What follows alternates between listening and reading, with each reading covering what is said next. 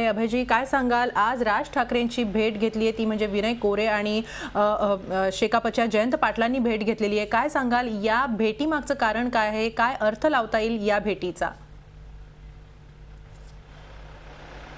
नाही, एक मुळात असा प्रयत्न होता की मनसेला महायुतीत सामावून घ्यावं.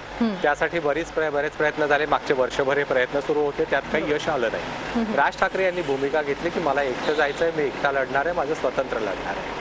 शिवसेनेने भूमिका घेतली की मनसे आम्हाला या महायुतीत नको.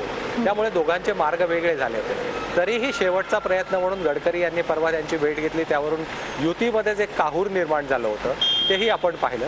या सगळ्या पार्श्वभूमीवर मनसे पुढे आता फार मर्यादित पर्याय उपलब्ध राहिलेले आहेत. ते मर्यादित पर्याय कुठले? तर त्यांना आणखी कोणाबरोबर जायचं की वेगळं किंवा स्वतंत्र लढण्याची जी भाषा आहे त्यांची ती सर्वांच्या बाबतीत लागू आहे की फक्त शिवसेनेच्या, या संदर्भात त्यांना भूमिका घेणं आवश्यक होतं. आज या दोन नेत्यांनी त्यांची भेट घेतलेली आहे, त्या संदर्भात पक्षात चर्चा होईल आणि त्यानंतर 9 तारखेला ते अंतिम निर्णय घेतील. अंतिम निर्णय म्हणजे एक तर निश्चित आहे की राज ठाकरे यांच्या मनसेची अजून सर्व 48 मतदारसंघात ताकदीने लढावं अशी परिस्थिती नाही.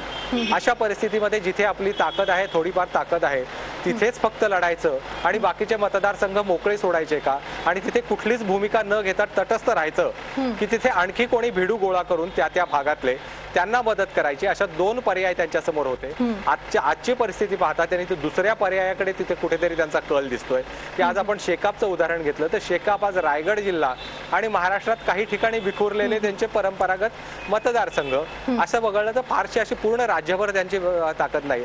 जनसुराज्य शक्ती ही हा पण कोल्हापूर जिल्ह्यापुरताच तसा मर्यादित पक्ष आहे. बाहेर काही उमेदवार त्यांचे उभे राहिले पण ते स्वतः उमेदवार प्रबळ होते आणि फक्त त्यांनी एक काहीतरी पक्षाचं नाव हवं म्हणून जनसुराज्य शक्तीचं नाव घेतलं होतं मागच्या निवडणुकीत. या परिस्थितीमध्ये त्या भागातले कोणी जर आपल्याला भिडू मिळाले तर एकसंघपणे 48 जागांचं असं काही गणित मांडता येतंय का?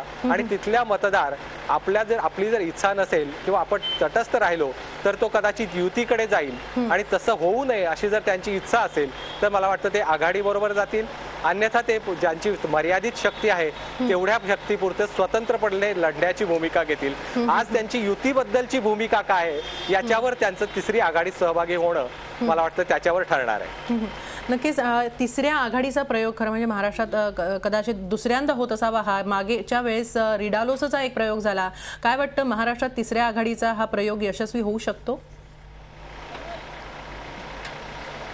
नाही, रिडालोस आपण बघितलं तर त्यावेळेस RPIचे सगळे गट असतील किंवा डावे पक्ष ज्यांना आपण डावे म्हणून उल्लेख करतो तो जनता दल असतील, लाल निशाण असेल, कम्युनिस्ट पक्ष असतील, अशा सगळ्यांची मोठ होती. आता या सगळ्या पक्षांची भूमिका जी राहिलेली एकेकाळी ती मनसेच्या प्रांतवादाला किंवा प्रादेशिक वादाला विरोध करण्याची. आता हे परस्पर विसंगत असणारे धोरण असलेले पक्ष एका मोठेत बांधता येतील का? आणि ही भूमिका घेऊन त्यांना एकत्रितपणे कसं सामोरं जाता येईल हा विषय आहेच आहे. उद्या आता प्रश्न आला की उद्या जर माकप किंवा जनता दल हे याच्यात सहभागी होणार असेल तर मनसेने मराठीच्या बाबत घेतलेली भूमिका त्या पक्षांना मान्य आहे का?